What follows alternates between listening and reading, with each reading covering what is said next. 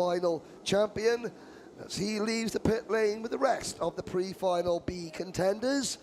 Here is your starting lineup. Pole position will be Casper Nissan from Denmark, Marco Manson from New Zealand on the outside of row number 1. Scott Marsh and Davin Roberts on row number 2, Max Sadursky and Jeremy Roivers. On row 3, Lewis Goff and Antoine Lemieux. On row 4, Axel Palmgren and Alois Girardet. Then it's Toby Gale and Shun Sekiguchi, Jules Avril and Bran van der Weyken on row number 7. Mikhail Soltis and Alex Rogowski on row number 8. And here are the last two drivers, 34th and 36th in points, Pedro de Lima and Ruben Gutierrez. They're the last two drivers currently qualified for the main event. From here on in, these the drivers on the outside looking in. Luis Alejandro Ilmana Sanchez, Francisco Figueroa. They round out the top 20. Franizek Sulima, Pierce Wade, Eason Tseng and Matteo Natino, Ty Fisher and Gabriel Bonecci, Liu Xiaolei and David Alexandra Netchifor. Yuri Levar and Adrian Stions round out your top 30. It's the last roll of the dice for these drivers. Daniel Fernandez, Arafat Sheikh, Salvador Ricci, last year's Minimax champion Rory Armstrong has had a week to forget, and Siu Sung Park. Tom Strella from Latvia hurt his ribs in practice and had to withdraw, so we do hope that Tom's is on the mend. But here we go, Kyle Lawrence. This is going to be another nail-biter. Yeah, nice and slow start there. They're keeping an even speed as they go over the 90. We're waiting for the lights to go out. They're out. Oh, formation lap has been restarted for a false start. So we're going to have to do that again. And drivers got all excited, so let it go. What do you say when they get to the 90? So from the start-finish line, they measure 90 meters back. There's another line across the track. You need to maintain a constant speed between that line and the start-finish line. If you are not maintaining a constant speed, the race director will then not allow the start. Or if, like that one, we thought it was slow initially, it did speed up quite a bit. So race director thinking too fast, let's go again. So if you speed up before the 90, that is not good. No. They will false start it. If it keeps happening, then race director will get involved. You can wait as long as you want until after the 90. You don't have to go on the 90, do you? No, you can hold the speed long before the 90. When you get to the 90, you can keep that speed until the lights go out. In fact, you have to keep that speed until the lights go out. Okay. So in that 90 meters, you cannot change speed. Okay, right. So that is, so once you pass the 90 line, maintain your speed until you see the lights go out, then it's go, go, go. You'll see as well the two sets of tram lines. That separates the grid into their two rows. Yes. You need to stay within those tram lines until such time as the lights go out. If you move over those tram lines or even just cross the line slightly, you will receive a penalty.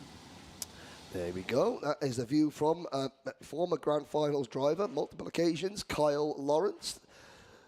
So just to say, there's lots of different karting parlance terms that, you know, can be explained to you. So there is Scott Marsh, and of course all these drivers have got drivers briefings, so they know they know the rules.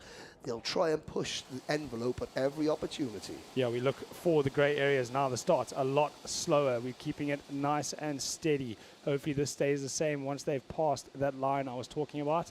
They're going to have to get into their tram lines now. Did speed up again. Are we going to go green? Yes, we are. We are racing. We are going green. We didn't see a move across like we did in previous races. Into turn 2 they go. This is where it gets tight, though.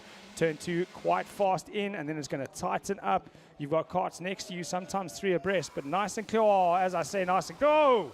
Contact all the way through. It's just too many carts and not enough space. Netchifor is there in the 253 cart at the back of that. That was in the middle of the pack. That's in that danger zone. There's a lot of drivers whose hopes have just disappeared. I'm looking out of the commentary box window. Everyone has got going again, but the hopes of some are now over. Yeah, Casper is doing well in the front. We're watching the mid-pack now. 266 bumper is loose. He's trying to defend there. 266. And I can see a Marshall picking up an exhaust. Well, not with his hands, but with something like a metal broom to pick up the exhaust. But into turn number 12. Oh, that was a late move. Who was that? Yeah, that was, Davin Roberts, the tall driver for Team USA, I think was just elbowing a little bit wide. Now, third place, Scott Marsh. On board behind Marco Manson, and around the outside of all of them tries to go Max Swiderski, and he cuts back in front of Scott Marsh. The 245 car carrying a little bit of damage. That is Alois Girardet. I apologise for calling him Alois. Yes, it's Alois Girardet. Max Swiderski, though, making that look like he was merging onto the highway on his way to work. He just went outside and merged straight back into third. Great move from him. But we're not seeing the breakaway we saw in the previous race. Yeah, there was no mirror signal maneuver from Max Swiderski. It was, on the queue of karts coming into the pits after that first lap incident. So we have lost Bran van der Weyken. We've lost Liu Xiaolei. Two drivers out. Alex Rogowski, David Netchefor, Axel Palmgren and Pierce Wade have all been involved in that incident as we look on board with Scott Marsh trying to pass Swiderski. And look at him signaling. There we go. Go. Now, can Max Swiderski trust Scott Marsh? Let's see. He did, and he shouldn't have. Yeah, he did. He shouldn't have. Marsh now moves into second place. And I think Lewis Goff also went through as well. There it is, the second Team UK driver in kart 237. Goff up to third. Swiderski is fourth. Then it's Manson, Roberts, Lemieux. There you can see the red and white Team Canada, the big maple leaf on the back of the Canadian race suit this year. Girardet, Soltis, and Gutierrez. Ruben Gutierrez up from 18th. He was 36th in points. He's doing what he needs to do. The Mexican driver in kart 209. Yeah, that you'll get him into the final and hopefully move him further up the grid so he doesn't have to start so far back. Down the inside he goes. I think he's made a move there. Oh no, that's Roberts falling back behind Girardet. Going in the other direction is Jeremy Roivers, down to 19th, but he still should have enough points to make it into the final. But for Palmgren, for Umana Sanchez, for Netchefor, Rogowski, Toby Gale and Ty Fisher have just had a collision and they are slow crossing the start-finish line. Gale was in the top 9 rows of the grid. He was there on row 6. He still should be okay as long as he keeps going. Change for the lead here. Marsh going down the inside of our camera cart. Great move. He got it on the apex. Nissen looking to go around the outside. Not going to make it happen. Goff was clever to back out of that. That could have been ugly. Yes, so our camera cart now leads the race. Scott Marsh. You will see clear track. However, it'll be interesting to see Nissen and Goff and Swiderski. I wonder if we're going to catch, when we go down the straight coming out of turn number 1, if we're on board with Scott Marsh, let's have a look. I don't think they're close enough. There we go. On the insert inside, you can see Marsh. Well, you see coming from the right-hand side of your screen, so he's having to defend. He jinks to the inside. Nissen is right behind him as they go through turn number 2. He holds on. Clear track in front. A swarm of go-karts just about 6 inches behind that rear camera. Yeah, they could throw the proverbial blanket. Because you can flick a post, you can flick a bogey over them. They're that close together. Mansoon just behind them there. He's caught back up to the group, so he turned this into a 5-card race. He's done the cutback, but he's not. Oh, a little bit of grass there.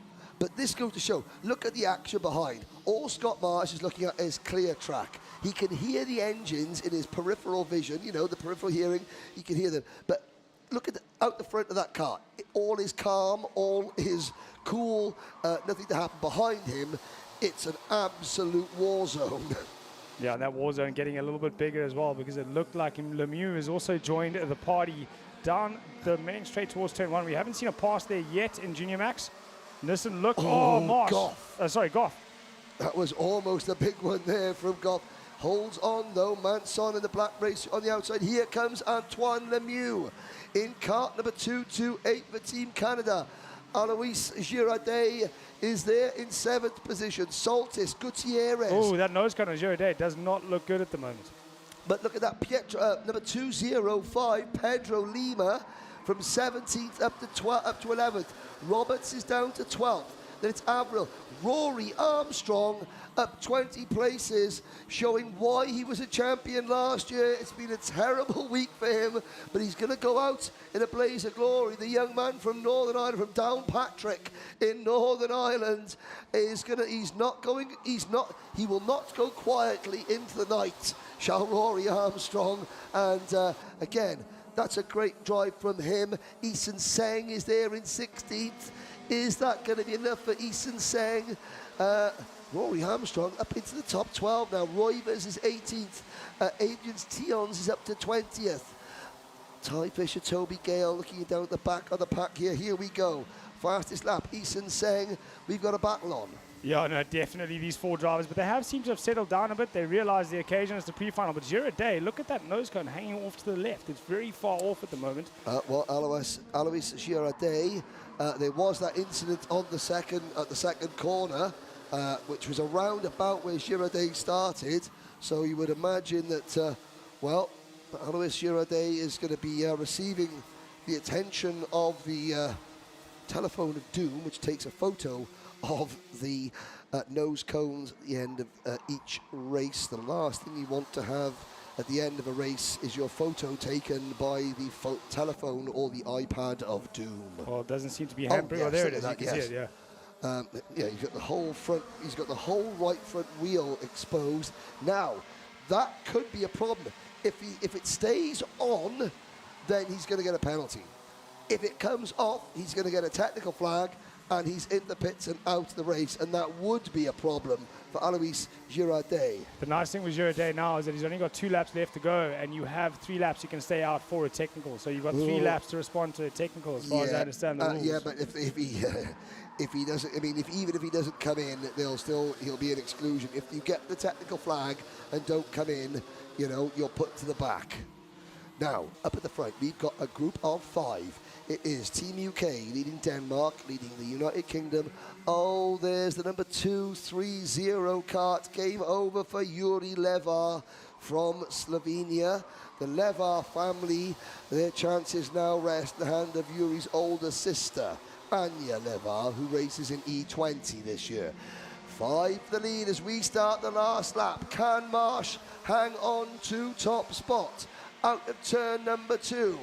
Or into turn number 2 we go. Lemieux now, oh, that's Nissan in second. Goff third. Sadursky and Lemieux in that order. I'm blown away by how comfortable Marsh looks in front of this pack.